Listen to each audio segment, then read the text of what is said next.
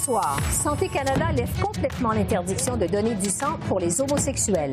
Le docteur Régent Thomas, fondateur de la clinique L'Actuelle, est avec nous. L'enquête indépendante sur le recours à la loi sur les mesures d'urgence. Un premier appui du Québec pour Pierre Poilièvre. Moderna choisit Montréal.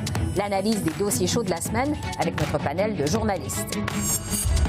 Ottawa adopte une motion reconnaissant les actes de génocide par la Russie sur le peuple ukrainien. Le point sur la réponse du Canada dans ce conflit avec le spécialiste de l'Ukraine, Dominique Arel.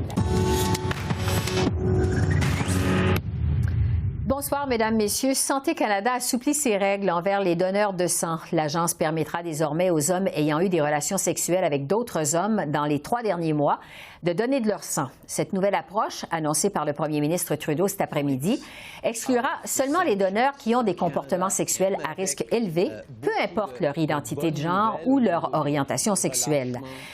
La période d'exclusion des donneurs masculins ayant eu des relations homosexuelles a été modifiée à plusieurs reprises au cours des dernières années. Elle est passée d'une exclusion à vie en 1992 à une exclusion de 5 ans en 2013, d'1 an en 2016, puis de 3 mois en 2019. Je pense que ça donne les personnes gays, les personnes trans, les personnes bisexuelles, pas la permission, mais l'invitation de faire pleinement en communauté, d'être capable de donner son sang pour, comme Rob a dit, sauver la vie d'un autre Canadien.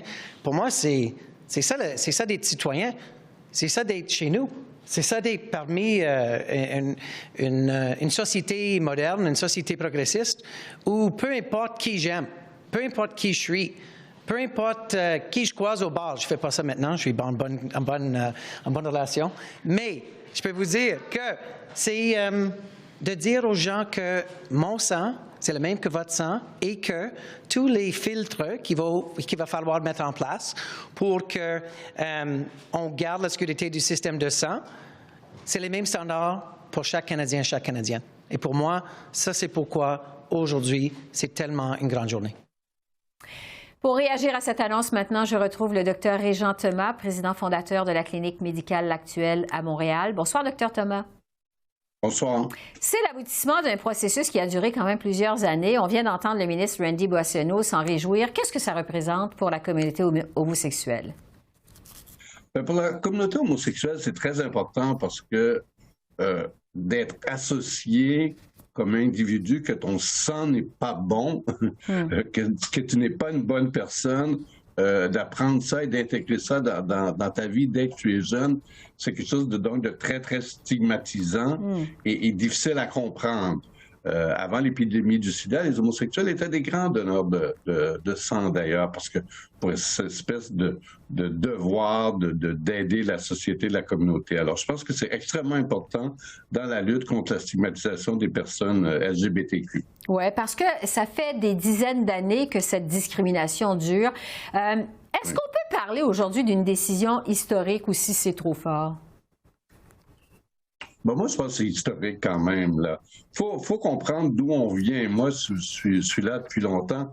Alors, j'ai quand même en mémoire le scandale du sang contaminé, la commission, l'enquête Créver qui, en 1993, nous a révélé que 2000 personnes, souvent des hémophiles, avaient été infectées par le VIH et 30 000 personnes par l'hépatite C. Alors, on part de loin.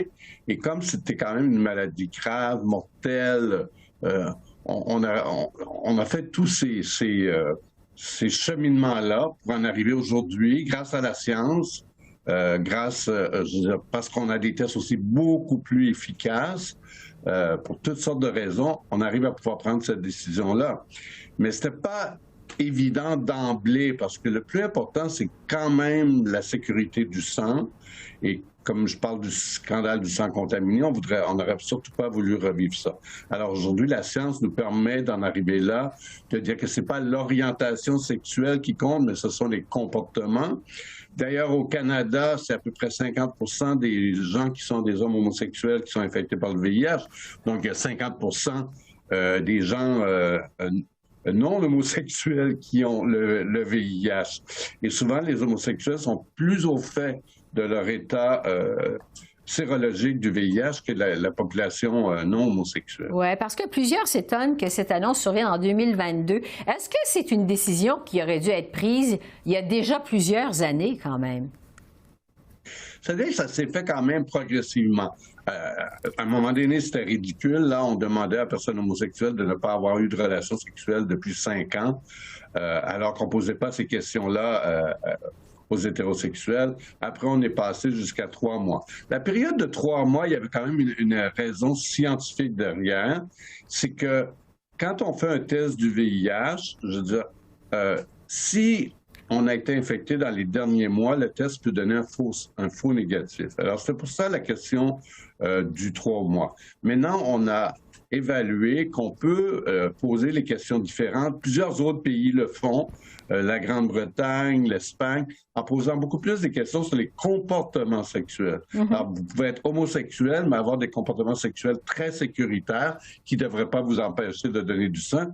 Et vous pouvez être hétérosexuel et avoir des comportements pas du tout sécuritaires et vous ne devriez pas donner du sang. Alors, c'est plus intéressant, mais il y a des raisons d'évolution scientifique. Et ça a été tellement un gros scandale, ça a été tellement difficile pour les gens, toute la période où les hémophiles ont été infectés. Rappelons-nous qu'à l'époque, on recommandait du sang même, et dans certains pays, les donneurs de sang vendaient leur sang. Alors, on est allé chercher des clientèles plus à risque, plus pauvres, avec des problèmes de toxicomanie, souvent même. Ouais. Donc, et ce scandale-là a comme tellement touché aussi tous les scientifiques et toutes les personnes qui en ont été affectées que je pense que ça a pris peut-être un peu de temps, mais en même temps, on ne voulait pas refaire un scandale du sang contaminé. Oui, parce que ça avait, comme vous le dites, marqué les esprits. Docteur Thomas, je veux vous entendre avant de vous laisser aller sur la situation au Québec, parce que là, c'est différent. L'interdiction de donner du sang sera seulement levée à l'automne prochain. Oui. Pour l'instant, les homosexuels peuvent uniquement donner du plasma. Qu'est-ce que vous pensez de cette approche différente au Québec? Oui, je pense que l'approche du Canada va quand même influencer, à mon avis, celle du Québec. Le Québec se préparait et on devait collaborer avec le CHUM d'une grande étude sur 600 homosexuels pour essayer de voir les facteurs qui peuvent renforcer le fait que donner du sang chez un homosexuel, il y a différents homosexuels, comme on disait, différents comportements. Et on devait faire cette étude-là. Et le gouvernement Emma Québec attendait, je pense, les résultats de cette étude-là. Ils en parlent dans leur communiqué de presse. Ouais. Cela dit, la COVID est arrivée et l'étude n'aura pas lieu. Alors, je ne sais pas qu'est-ce que Emma Québec va faire. Oui, parce que le premier ministre Trudeau a été interpellé à ce sujet, justement, cet après-midi. Il a dit vouloir, respecter l'indépendance d'Emma Québec qui prend ses propres décisions. Mais quand même, M. Trudeau trouve que c'est injuste, cette différence entre la décision de Santé Canada et celle de Emma Québec. Êtes-vous d'accord avec le premier ministre qu'il y a une sorte d'injustice dans ça? Oui, mais c'est toute la politique des provinces puis du fédéral. On pourrait entrer dans un grand débat. Je pense que ça concerne toute la question des soins. Emma Québec a été fondée suite au scandale du sang contaminé, où la Croix-Rouge a été reconnue coupable quand même. Alors maintenant, Emma Québec prend ses propres décisions. Je ne sais pas sur quoi ils vont se fier pour prendre leurs décisions. Mais je reviens, Mme Bégin, sur... on peut comprendre aussi qu'il faut que ce soit bien fait. Il y aurait rien de pire qu'on ne ferait pas attention et qu'il y aurait un autre scandale. Alors, il faut que ce soit bien fait. Et c'est pour le bénéfice des homosexuels aussi. Il ne faut pas qu'il y ait un scandale d'homosexuels qui auraient donné du sang contaminé. Alors, je pense que Emma Québec, à mon avis, c'est une question qui va se régler très bientôt. Mais c'est intéressant de voir l'évolution de la société, l'évolution de la science. Et c'est très important. Les gens ne comprennent pas. C'est très important au niveau de la stigmatisation des personnes LGBTQ. Ça a un impact énorme au niveau de la santé mentale. Plus on va lutter contre cette stigmatisation-là. Vous savez que le taux de suicide chez les homosexuels est encore très élevé, plus élevé que la moyenne. Donc, tout ce qu'on peut faire pour lutter contre la stigmatisation est important, sans jamais mettre en danger la vie des autres, évidemment. Évidemment. Donc, c'est une bonne nouvelle aujourd'hui, Dr. Régent Thomas. Oui. Merci beaucoup. Merci de votre réaction. Merci, Mme Bégin. Au revoir. C'est le moment de retrouver notre panel de journalistes. Joël Denis Bellavance de la presse, Catherine Lévesque du National Post et Yves Malo, ex-chef du bureau parlementaire de Radio-Canada à Ottawa. Alors, bonsoir à vous trois. Bonsoir. On va commencer avec les conservateurs parce qu'il y a quand même quelques nouvelles qui concernent les conservateurs. D'abord, ce sondage de la firme Nanos qui démontre que les conservateurs prennent une avance significative sur les libéraux. En fait, une avance de 5 points. C'est plus que la marge d'erreur. Les conservateurs n'ont pas de chef, sont en course au leadership. Joël Denis, je commence avec vous. Qu'est-ce qui explique cette avance des conservateurs à ce moment-ci? C'est peut-être que les Canadiens expriment l'espoir de voir un chef ou l'autre prendre la barre du Parti conservateur, soit Pierre Poilievre, soit Jean Charest ou Patrick Brown. Donc, compte tenu qu'il n'y a personne à la tête du Parti conservateur, ça semble donner des ailes au Parti conservateur. C'est assez paradoxal, mais je pense que c'est un peu le résultat de ce sondage. Donc, j'accorde, peu d'importance à ce résultat.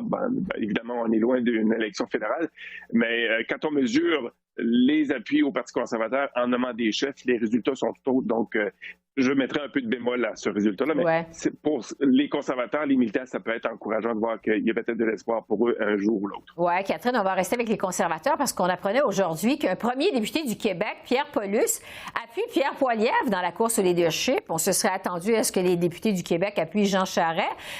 Qu'est-ce qu'il faut en penser?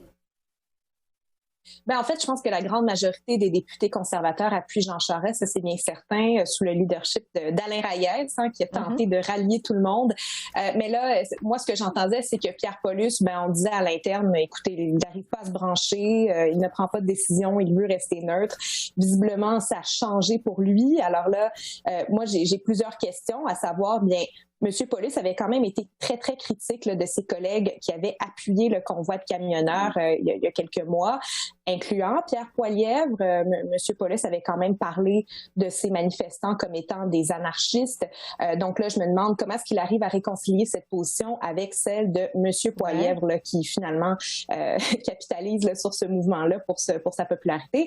Ensuite, je me demande, est-ce que ce n'est pas une façon peut-être un peu opportuniste pour lui de voir que, M. Poilievre, il est le meneur et M. Paulus, en étant le seul député québécois qui l'appuie, pourrait peut-être se magasiner un poste assez intéressant peut-être si jamais M. Poilievre est élu chef. Oui, vous dites, c'est le seul. Est-ce qu'il y a d'autres députés, toujours Catherine, du Québec, qui pourraient appuyer Pierre Poilievre? Est-ce qu'on pourrait s'attendre à ça? Ça me semble peu probable à ce moment-ci. C'est sûr que, M. Berthold est le chef adjoint, donc il ne peut pas prendre position. Mais écoutez, si jamais la campagne de Jean Charest va très mal, qui sait, peut-être que quelqu'un pourrait décider de changer de position et de changer de camp. C'est sûr que ça créerait tout un drame, je crois, dans le caucus du Québec.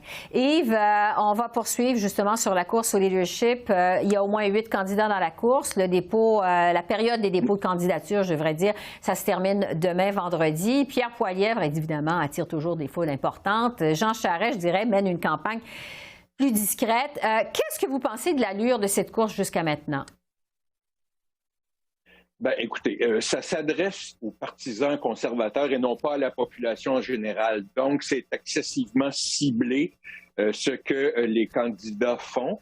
Monsieur Poilievre, je crois, fait exactement ce qu'il doit faire, c'est-à-dire participer à toutes sortes d'assemblées partisanes. Et M. Charest ne semble pas encore tout à fait là. Il prend des positions qui sont en contradiction avec des positions qu'il a prises dans le passé. Et ça démontre peut-être un peu qu'il s'inquiète de l'allure de cette course-là, qui, à ce jour, semble nettement avantager M. Poilievre. Oui, et Joël Denis, pour conclure justement sur cette course, le nouveau leader va être choisi le 10 septembre. C'est dans 4 mois et demi. Est-ce que l'avance de M. Poilievre vous semble insurmontable à ce stade-ci ou s'il est beaucoup trop tôt pour en parler? On va voir, on aura une meilleure idée, je pense, le 3 juin. Ça, c'est la date limite pour la vente de cartes de membership. À ce moment-là, on saura quelqu'un a vendu combien de cartes. Mais visiblement, le camp de Pierre Poilievre bombe le torse, affiche une confiance assez impressionnante. Et les foules que M. Poilievre attire en ce moment est un phénomène en soi. On n'a pas vu ça dans une course de leadership depuis 2013, quand Justin Trudeau était lui-même candidat dans une course de leadership du Parti libéral. On voyait des foules aussi se déplacer. Maintenant, le défi pour Pierre Poilievre, c'est de s'assurer que ceux qui se pointent à ces événements achètent aussi des cartes de membres et votent pour lui. Ça, c'est moins sûr. Mais je présume que M. Poilievre prend les moyens, son équipe prend les moyens pour s'assurer qu'ils prennent des cartes de membres. Donc, l'avance de M. Poilievre semble être assez intéressante. Oui, au moment où on se parle. Bon, autre nouvelle cette semaine, ça a été l'annonce d'une enquête indépendante sur le recours à la loi sur les mesures d'urgence pour mettre fin au blocus des camionneurs au mois de février dernier. Le gouvernement Trudeau a attendu à la toute dernière minute pour faire cette annonce. Catherine, qu'est-ce que vous en avez pensé? Écoutez, c'était un peu opportuniste là, quand ils ont dit nous avons pris l'initiative là, d'avoir cette enquête. En fait, c'était dans la loi, donc ce n'était pas leur initiative du tout. Donc oui, ils ont attendu à la dernière minute. Maintenant, ma question, c'est bien tant pour le comité parlementaire qui doit se pencher là-dessus que pour cette enquête publique, est-ce qu'on arrivera réellement à aller au fond des choses? Parce qu'actuellement, et on en a vu un exemple assez éloquent quand les ministres Mendicino et Lametti étaient devant le comité, ils ont témoigné cette semaine. On n'a pas eu beaucoup de réponses. Là. Finalement, les ministres se sont contentés de dire écoutez, je ne peux pas discuter de tel aspect, c'est un secret ministériel, voilà, donc c'est protégé par le secret ministériel. Alors là, moi, ma question, c'est à quel point est-ce que le juge Rouleau pourra réellement consulter ces documents confidentiels et savoir qu'est-ce qui s'est dit derrière les portes closes, parce que sinon, on ne réussira jamais à avoir des réponses là, en faisant témoigner des ministres ou des membres du gouvernement seulement. Oui, c'est ça, Yves, parce que l'enquête va donc être présidée par le juge Paul Rouleau. Ça n'a pas été clair cette semaine s'il pourrait avoir accès à tous les documents classifiés. Est-ce qu'on peut s'attendre à un processus qui va être transparent, selon vous? Transparent, on peut présumer que oui, mais en même temps, on se retrouve dans une situation où le mal est fait. On se demande est-ce que le gouvernement avait réellement besoin de cette loi des mesures d'urgence. On peut en douter parce que les pouvoirs policiers avaient un certain nombre d'outils entre leurs mains pour bouger. Mais on est aussi à un niveau où est-ce que la population s'intéresse vraiment aux conclusions de cette enquête-là? Ce que les gens voulaient, c'est que le centre-ville d'Ottawa soit nettoyé, si vous me permettez l'expression, et de faire une espèce de post-mortem de tout ça, c'est bien intéressant pour les politiciens. Mais pour monsieur et madame tout le monde, c'est de très peu d'intérêt. Oui. La population qui est passée à un autre appel à partir du moment où les rues d'Ottawa ont été débloquées finalement. Je veux vous entendre en terminant sur une autre nouvelle qui était très attendue et qui va être confirmée demain. Moderna qui a choisi Montréal pour implanter son laboratoire de fabrication de vaccins ARN messager. On sait que Toronto était dans la course. Joël Denis, ça veut donc dire que messieurs Trudeau et Legault vont se retrouver sur la même tribune demain à Montréal pour la première fois depuis les élections fédérales? Oui, je me demande si Justin Trudeau va référer à son homologue québécois par son prénom, François, comme il le faisait avant le déclenchement des élections fédérales. À ce moment-là, c'était les deux meilleurs amis au monde, mais ça s'est transformé en cauchemar parce que M. Legault a fait campagne contre les libéraux Justin Trudeau et le NPD, disant que c'était des partis centralisateurs. Mais je pense qu'on va enterrer la hache de guerre officiellement demain, vendredi, lors de cette annonce, parce que c'est une annonce qui est importante, non seulement pour le Québec, mais pour le Canada, parce que Moderna va installer une première usine à l'extérieur des États-Unis et pas n'importe laquelle. Comme vous l'avez dit, c'est pour produire un des vaccins les plus recherchés contre la COVID-19. Et il va aussi avoir un centre de recherche qui va mener d'autres recherches pour fabriquer d'autres vaccins contre d'autres maladies, peut-être une autre pandémie. Donc, c'est un pas énorme que le Canada fait pour reconstruire son secteur de biofabrication. Donc, je pense que à la fois M. Legault et M. Trudeau vont se péter les bretelles lors de l'annonce de vendredi. Catherine, pour revenir justement jusqu'à quel point sur l'importance de l'avenue de Moderna à Montréal, c'est quand même une nouvelle d'envergure pour le Québec. C'est important cette nouvelle qui va être confirmée demain. Oui, tout à fait. Je suis sûre que M. Champagne jubile en ce moment parce que c'est une victoire pour lui aussi. Hein. Quand même, il démontre qu'il peut livrer pour le Québec, qu'il peut amener effectivement une industrie pharmaceutique très importante là, dans le Grand Montréal. Et en fait, moi, je me disais, bon, c'est une victoire pour le Québec, mais est-ce que c'est une défaite aussi pour Toronto et pour l'Ontario?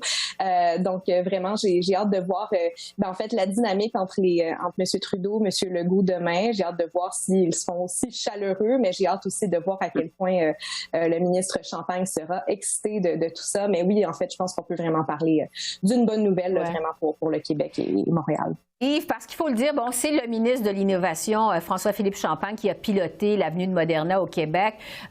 C'est pas son premier bon coup non plus quand même. Plusieurs prêtent au ministre Champagne des ambitions à la chefferie du Parti libéral. si, évidemment, le poste se libère éventuellement. Est-ce que ça pourrait mousser son éventuelle candidature? Qu'est-ce que vous en pensez?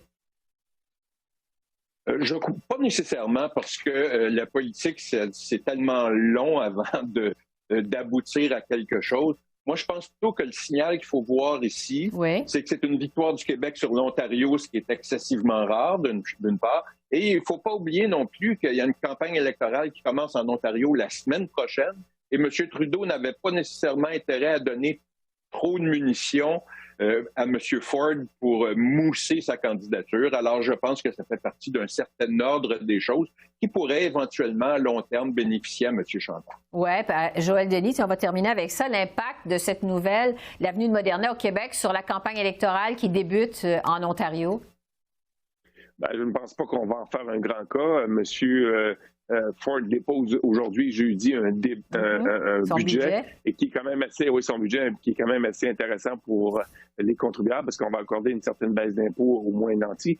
Donc, et il a préparé quand même soigneusement le lancement de cette campagne. Il y a eu des annonces qui ont été faites avec M. Trudeau, notamment sur le financement des services de garde, plus de 10 milliards de dollars qui vont rentrer dans les coffres de l'Ontario au cours des 5 prochaines années et qui vont permettre de réduire la facture des frais de garde en Ontario qui était quand même incroyablement élevée, près de 1 500 dollars pour faire garder un enfant par mois. C'est quand même presque le prix de... pas tout à fait le prix d'une hypothèque en Ontario, mais la moitié à tout le moins. Donc, il y a eu des bonnes nouvelles aussi dans le cas de Doug Ford qui ont été soulignées avec d'autres annonces, secteur automobile également. Donc, l'Ontario a eu sa part du gâteau. Maintenant, c'est autour du Québec. Joël Denis, Catherine et Yves, merci de votre analyse. On se retrouve bientôt. Merci beaucoup. Merci. Bonne soirée. Merci. Au revoir.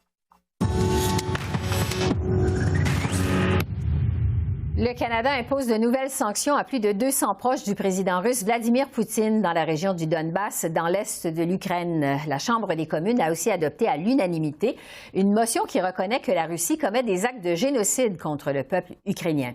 Alors, pour faire le point sur la réponse du Canada cette semaine face au conflit en Ukraine, je retrouve Dominique Harel, qui est professeur et titulaire de la chaire en études ukrainiennes à l'Université d'Ottawa.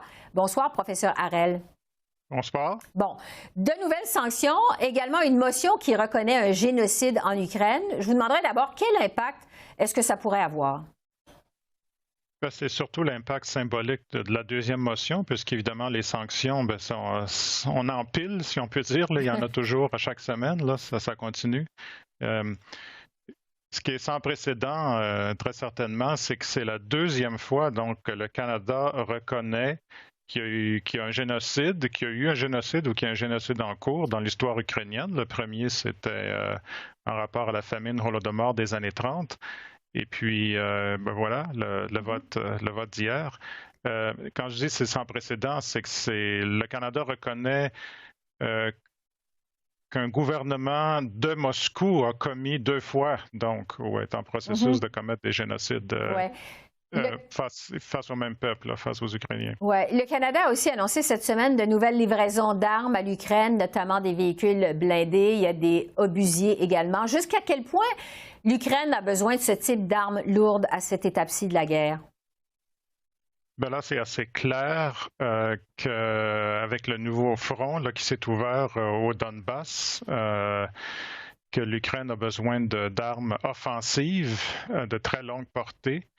Et non seulement le Canada, mais les pays membres de l'OTAN et même une plus grande coalition. Là, il y a eu cette rencontre mardi en Allemagne avec des ministres de la Défense d'une quarantaine de pays qui se sont tous engagés à justement envoyer ce type d'armes offensives. Vous saviez, avant le début de la guerre, tout le débat, c'est est-ce qu'on doit envoyer des armes à l'Ukraine et si oui, peut-être des armes seulement défensives. Alors, on est vraiment passé à un autre niveau. Ouais, est-ce que ça va faire la différence? Mais c'est l'engagement là, du Canada et des pays membres de l'OTAN. Entre-temps, toujours sur ces livraisons d'armes, justement, Vladimir Poutine a mis en garde contre toute intervention extérieure dans le conflit en Ukraine. Il promet une riposte rapide et foudroyante. Est-ce qu'on se dirige vers une escalade du conflit, vous croyez? Je pense qu'on vit, évidemment, lorsque vous dites est-ce qu'on se dirige vers une escalade du conflit, on a toujours derrière la tête, est-ce qu'il va y avoir un affrontement direct entre des armées de l'OTAN ou des armées de pays membres de l'OTAN et l'armée russe? Ça, c'est l'escalade, peut-être pas ultime, mais c'est vraiment la ligne rouge. Mais on n'est pas rendu là. Peut-être espérons qu'on ne va pas se rendre là.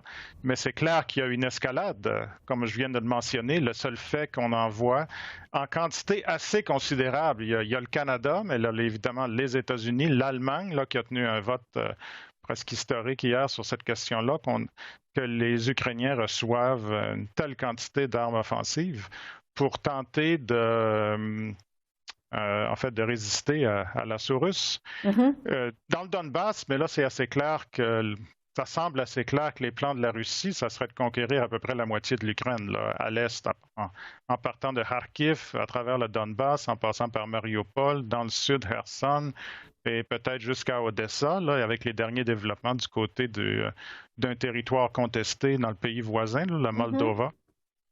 Alors, c'est considérable. Juste pour continuer sur l'escalade, évidemment, il y a toujours la menace nucléaire. Jusqu'à quel point ça vous inquiète à ce stade-ci? Il faut toujours prendre ça au sérieux, sauf que le registre du gouvernement russe, à commencer par son président, c'est continuellement des menaces presque apocalyptiques. En fait, il a brandi la menace de l'arme nucléaire au premier ou deuxième jour de la guerre, lorsqu'il y a eu la riposte d'abord de sanctions économiques assez foudroyantes de la part des pays membres de l'Union européenne, Canada, États-Unis et tout. Alors, est-ce que la Russie pourrait requérir ce type d'armes en sachant que les coûts seraient non seulement dévastateurs pour la planète, mais pour la Russie elle-même? Il faut toujours être inquiet, mais il y a, comme je vous dis, ça fait malheureusement partie presque du discours quotidien de la Russie depuis le début de la guerre. Et là, on est au jour 64 de cette intervention en Ukraine. Un autre développement majeur, professeur Harel, cette semaine, la compagnie russe Gazprom qui a suspendu toutes ses livraisons de gaz vers la Bulgarie et la Pologne. Quels pourraient être les impacts de ça?